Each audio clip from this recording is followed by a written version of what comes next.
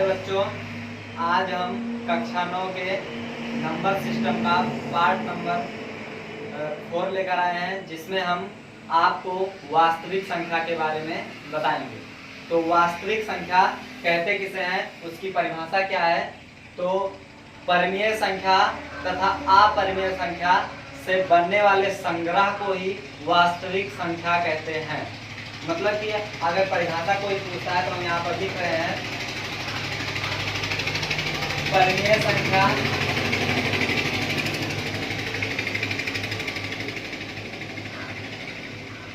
तथा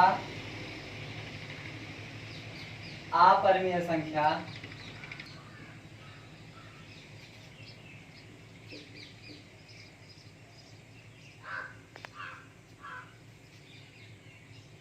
परिमेय संख्या तथा अपरिमेय संख्या से बनने वाले संग्रह को ही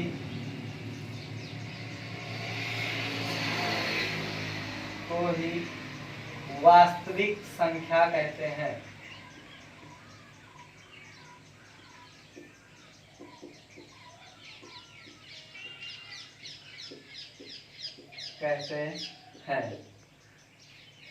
अब यहाँ पर इसमें 3 प्रकार के हम बिंदु बताएंगे। नोट में उसको अगर लिखना चाहते हैं तो लिख लीजिएगा। इसमें पहला बिंदु ये होगा कि सभी वास्तविक संख्याएं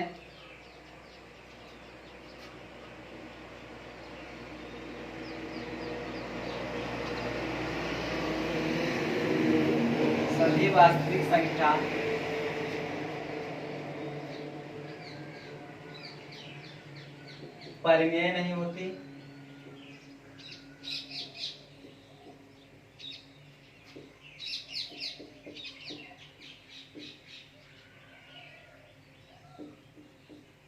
नंबर 2, सभी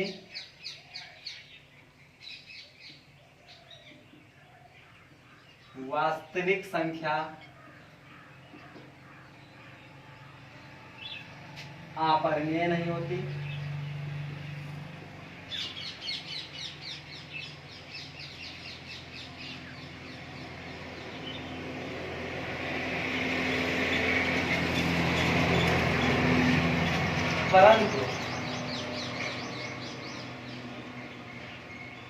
परंतु सभी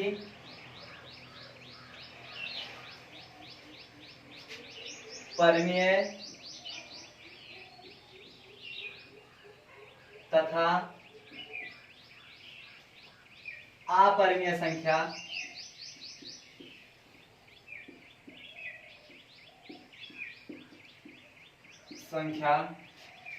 वास्तविक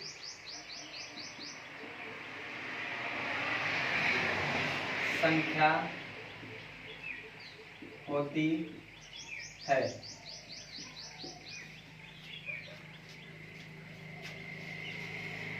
अब इसमें कह रहा है कि सभी वास्तविक संख्या परिमेय नहीं होती। सभी वास्तविक संख्याएं जो होती हैं वो परिमेय संख्या नहीं होती हैं, और सभी वास्तविक संख्या अपरिमेय भी नहीं होती हैं। क्यों? क्योंकि सभी परिमेय अपरिमेय नहीं हो सकती हैं। सभी परिमेय संख्या अपरिमेय संख्या नहीं हो सकती है तथा सभी अपरिमेय संख्या परिमेय संख्या नहीं हो सकती है। यह बिंदु और भी लिख सकते हो आप। क्योंकि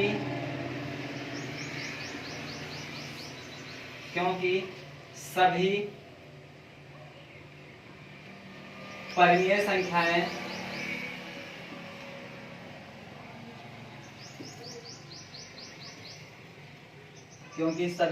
संख्या अपरिमेय नहीं हो सकती।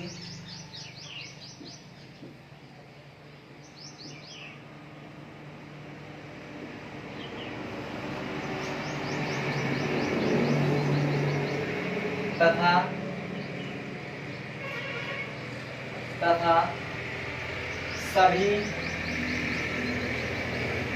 अपरिमेय संख्या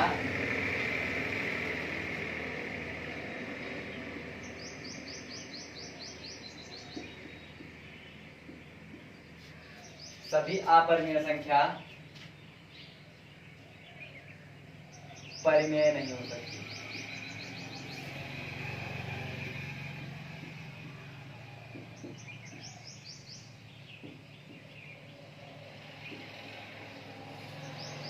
तो इसमें वास्तविक संख्या के बारे में आप लोगों को समझ में आया होगा कि वास्तविक संख्या कहते किसे हैं?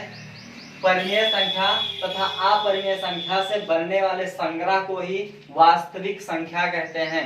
मतलब कि परिमेय संख्या और अपरिमेय संख्या को अगर मिला दिया जाए तो उससे जो संग्रह बनेगा उसे हम क्या कहेंगे? वास्तविक संख्या कहेंगे।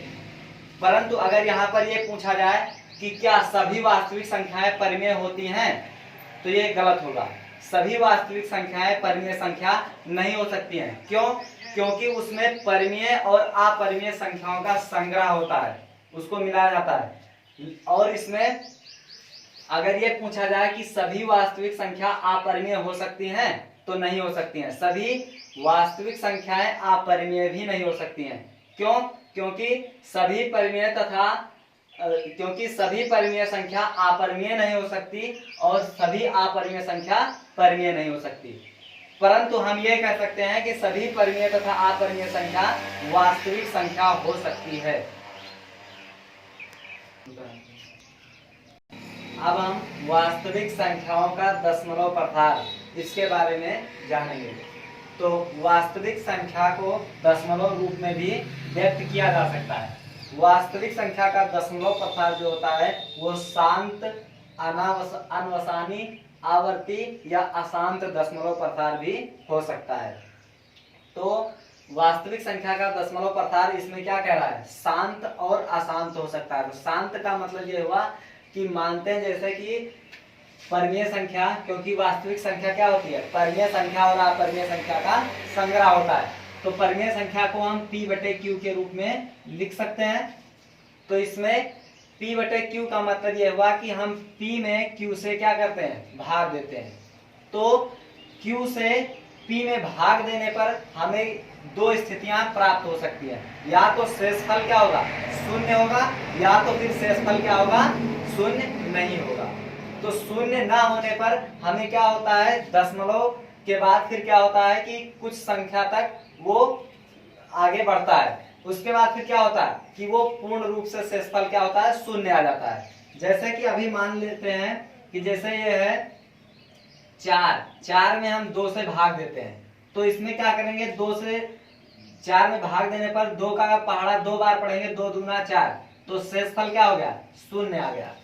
परंतु कभी कभी ऐसी स्थितियां आती हैं कि शेषफल शून्य नहीं होता है। तो इसको हम क्या करते हैं? जैसे भी हम मान लेते हैं कि 1/2 है, तो 1/2 को हम p/q के रूप में लिखे हैं। अब इसमें हम क्या करेंगे कि 1 में क्या करेंगे? 2 से भाग देंगे। तो 1 में 2 से भाग देने पर क्या होगा? 2 को हम क्या करेंगे? यहाँ पर 1 यहाँ पर लिखेंगे और 2 यहाँ पर लिखेंगे। तो हम क्या करेंगे? यहाँ दशमलव लगाएंगे, आगे 0 बढ़ेगा, तो यहाँ पर भी 0 बढ़ेगा। तो अब हम क्या करेंगे? 2 पंचे 10। तो अब यहाँ पर देखिएगा दशमलव के बाद क्या हुआ कि यह पूर्ण रूप से शेषफल क्या हुआ? शून्य आ गया। तो इसी को हम क्या बोलते हैं? शांत दशमलव प्रसार। परंतु कुछ स्थितियां ऐसी होती हैं कि उसमें क्या होता है कि भाग देने पर दशमलव के बाद भी वो क्या होता है कि पूर्ण रूप से शेषफल नहीं शून्य आता है। जैसे अभी 1/3 है, तो 1/3 में हम क्या करेंगे? 1 में 3 से भाग देंगे। तो अब यहाँ पर देखिएगा 3 लिखेंगे और यहाँ 0 दशमलव लगाएंगे, 0 बढ़ेगा, तो यहाँ पर भी 0। अब 3 का पहाड़ा 3 बार 3 त्रिका 9। अब 10 में से 9 घटाएंगे तो 1 बचेगा, दशमलव लगाया फिर 0 बढ़ जाएगा, 3 त्रिका 9। फिर ये नहीं कटेगा, 10 में से 9 घटाएंगे 1 आएगा, फिर दशमलव लगा है 0 बढ़ेगा, 3 त्रिका 9। मतलब कि इस संख्या की बार बार पुनरावृत्ति हो रही है। तो पुनरावृत्ति होने का रीजन यह है कि इसको हम बोलेंगे अशांत दशमलव प्रसार। इसी को हम बोलते हैं अशांत दशमलव प्रसार। तो यही बताया जा रहा है कि वास्तविक संख्या का दशमलव प्रसार कैसे होता है। तो इसमें दो स्थितियां होती हैं। नंबर 1 स्थिति ये होती है कि जब शेषफल शून्य आए, तो उसमें उसको क्या कहेंगे, शांत दशमलव प्रसार। और जब शेषफल क्या हो कि शून्य ना हो तो उसे हम क्या बोलेंगे, अशांत दशमलव प्रसार। स्थिति नंबर 1, जब शेषफल शून्य हो। तो जब शेषफल शून्य हो तो इसमें क्या होता है कि स्थिति नंबर जो ये 1 कह रहा है कि जब शेषफल शून्य हो तो इसमें कुछ चरणों के बाद, मतलब जैसे कि अगर हम भाग देते हैं किसी संख्या से तो उसमें कुछ मतलब दशमलव के कुछ स्थान के बाद क्या होता है कि उस संख्या की पुनरावृत्ति नहीं होती है और शेषफल शून्य हो जाता है। तो इसमें जैसे उदाहरण अगर हम देखते हैं तो उदाहरण के अभी हमने इसके पहले उदाहरण बताया भी था, तो इसमें एक उदाहरण और देख लेते हैं। जैसे जब कह रहा है जब शेषफल शून्य हो, तो जब शेषफल शून्य हो 639/250। तो अब 639 में 250 से हम भाग देंगे। तो हम जब भाग देते हैं तो इसमें कुछ दशमलव के बाद फिर क्या होता है कि ये क्या होता है, शांत हो जाता है और शेषफल शून्य आ जाता है। जैसे देखते हैं यहाँ पर लिखेंगे हम 639 और यहाँ पर लिखेंगे 250। अब 250 का पहाड़ा कितनी बार 600 में जाएगा, ले चलते हैं 3 बार लेकर चलते हैं, देखते हैं 3 बार नहीं जाएगा, 2 बार लेकर जाएंगे तो 250 दूना कितना हो जाएगा 500, 2 बार जाएगा।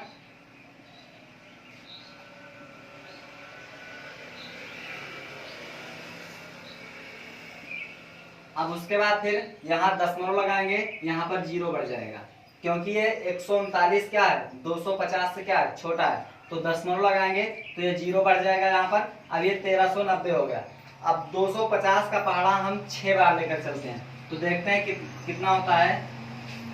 6 शून्य 0, 6 पंचे 30 के शून्य हासिल 3, 6 दूनी 12, 12 3 15, ज्यादा हो जाएगा। 5 बार लेकर चलते हैं। 5 शून्य 0, 5 25 के 5 हासिल 2, 5 दूनी 10, 2 12। अब उसके बाद फिर क्या करेंगे, इसको घटाएंगे तो 9 में से 5 जाएगा 4, 3 में से 2 जाएगा 1 और 1 कट जाएगा। 140 आ गया। अब दशमलव लगाया फिर 0 बढ़ाएंगे, अब ये 1400 हो गया। अब 250 का पहाड़ा 6 बार लेकर चलते हैं तो ज्यादा हो जाएगा। देखते हैं एक बार 6 बार ले जाके। 6 शून्य 0, 6 पंचे 30 के शून्य हासिल 3, 6 दूनी 12, 12 में 3 जोड़ेंगे 15, ज्यादा हो जाएगा। तो इसको हम 5 ही बार लेकर चलते हैं तो 5 बार लेकर जाएंगे तो फिर 1250 आएगा। 0, 10 में से 5 जाएगा 5, 4 में से 2 जाएगा 2 और 1 कट जाएगा। अब देखिएगा 250 का पहाड़ा 1 बार लेकर जाएंगे तो यहाँ पर देखते हैं कि इसमें थोड़ा ये गलती हो गई। यहाँ पर देखिएगा 10 में से 5 घटाएंगे 5 और यहाँ पर बचेगा फिर 3 में से 2 जाएगा तो 1 बचेगा। अब उसके बाद फिर दशमलव लगाया 0 बढ़ाएंगे। अब 25 का पहाड़ा 250 का पहाड़ा 6 बार पढ़ेंगे तो ये हो जाएगा 1500 क्योंकि 6 शून्य 0। उसके बाद फिर 6 पंचे 30 के शून्य हासिल 3, 6 दूनी 12 3 15। अब शेषफल इसमें क्या आ गया शून्य। क्या बोलेंगे, शांत दशमलव प्रसार बोलेंगे। इसको हम क्या बोलेंगे, शांत, मतलब कि 639/250 को हम क्या बोलेंगे, शांत दशमलव प्रसार।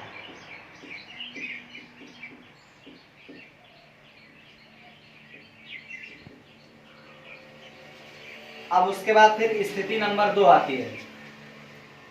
स्थिति नंबर 2, जब शेषफल शून्य ना हो।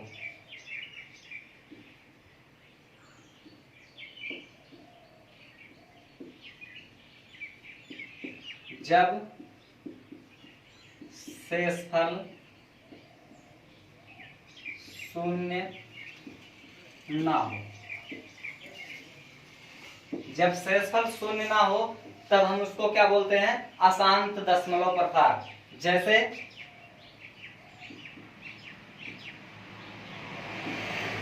जैसे उदाहरण में हम देख लेते हैं 1/7। तो 1/7 में देखिएगा हम क्या करेंगे, 1 को यहां पर लिखेंगे और 7 यहां पर लिखेंगे। तो अब यहां पर देखिएगा 7 से 1 में जाएगा नहीं तो यहाँ दशमलव लगाएंगे, 0 बढ़ेगा आगे, यहाँ पर भी 0 बढ़ेगा। अब 7 का पहाड़ा कितनी बार 10 में जाएगा, 7 एकम 7, 7 आ जाएगा यहाँ पर। 10 में से 7 को घटाएंगे 3 बचेगा, दशमलव लगा है, फिर 0 बढ़ा देंगे। अब 7 चौक 28, अब 30 में से 28 को घटाएंगे तो कितना बचेगा, 2 बचेगा, दशमलव लगा है 0, फिर 7 दूनी 14, 2 बार जाएगा। यहाँ पर 10 में से 4 जाएगा, कितना बचेगा 6, यहाँ पर बचा 1 और 1 में से 1 जाएगा 0। अब उसके बाद दशमलव लगा है, फिर यहाँ पर क्या करेंगे 0 बढ़ाएंगे, 7 8 56, 10 में से 6 जाएगा 4 और उसके बाद फिर यहाँ पर बचा 5, 5 में से 5 जाएगा 0। अब उसके बाद दशमलव लगा फिर 0, फिर कितनी बार जाएगा 7 7 49, 7 6 42, 7 5 35, 5 बार जाएगा, यहाँ पर 5 आ जाएगा। मतलब कि इसमें क्या हो रहा है कि शेषफल शून्य नहीं हो रहा है, यानी कि ये क्या होगा, अशांत दशमलव प्रसार होगा। इसको हम क्या लिख सकते हैं, 1/7 को अशांत दशमलव प्रसार।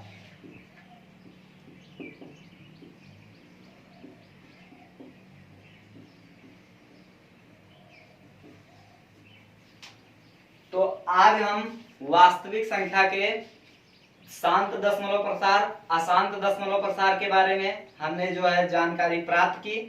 अब इसके बाद फिर आगे के नेक्स्ट वीडियो में हम आपको कुछ जो है इसके बारे में आगे प्रश्नावली को हल करवाएंगे। इसके लिए तब तक धन्यवाद।